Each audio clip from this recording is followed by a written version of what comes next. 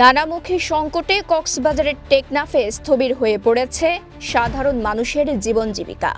রোহিঙ্গাদের শ্রমবাজার দখল, সমুদ্রে আরাকান আর্মির উৎপাত, পর্যটনে ভাটা, স্থলবন্দর বন্ধ হয়ে যাওয়া সহ নানা সংকটে ধুঁকছে দেশের সর্বদক্ষিণের এই উপজেলা। শ্রমজীবী মানুষ যারা আছে টেকনাফর চলতে অনেক কষ্ট হয়ে গিয়ে হাজার হাজার মানুষের জীবন জীবিকার মাধ্যম ছিল বন্দরটা। সেই বন্দরটা যেহেতু বন্ধ হয়ে গেছে, মানুষ আসলে এখন কর্মহীন হয়ে গেছে। স্থানীয়রা বলছেন, একসময় কর্মমুখর ছিল টেকনাফ, ছিল দেশের দক্ষিণাঞ্চলের অন্যতম বাণিজ্য কেন্দ্র। সমৃদ্ধ পর্যটনের জন্য বেশ কদর ছিল টেকনাফের। নানা সংকটে এখন আর নেই সেই জলুস, বাসিন্দারাও বেশ বিপর্যস্ত। বৈধ কর্মসংস্থান হারিয়ে যাচ্ছে। স্থলবন্দর বন্ধ, করিডোর বন্ধ, পর্যটন শিল্পের মধ্যে হাহাকার। এখানে এই বন্দর থেকে সরকার হাজার হাজার কোটি টাকা রাজস্ব ইনকাম করেছে।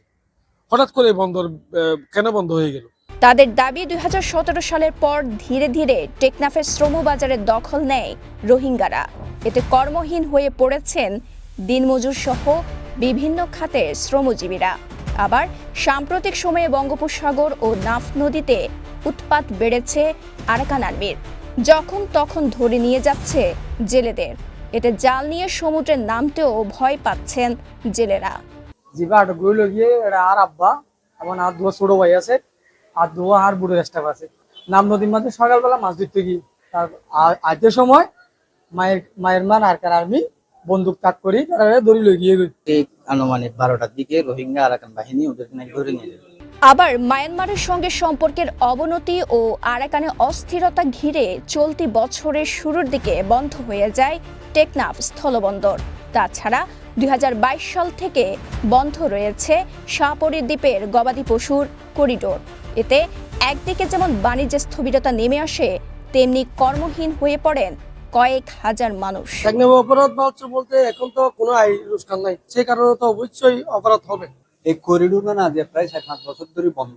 কি কারণে বন্ধ? আরা হন্য পারি, আরা গরুর ব্যবসায়ী, এখন আর চলিবার কোনো রাস্তা নাই, কিছু নেই। কর্মসংস্থান হারিয়ে গেছে, তার কারণে আপনার এগুলোতে জড়িত হয়ে গেছে। এদিকে চলতি বছরে ফেব্রুয়ারি থেকে পর্যটক যাতায়াত বন্ধ ছিল সেন্ট মার্টিনে।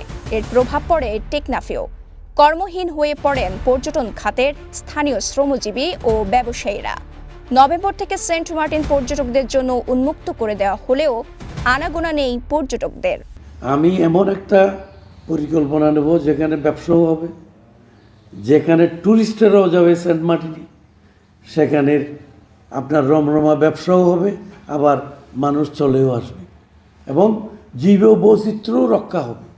সব মশার বিরুদ্ধে সুরক্ষা দিতে এলো বসুন্ধরা এক্সট্রিম অ্যারোসল, মশার বিরুদ্ধে এক্সট্রিম সুরক্ষা।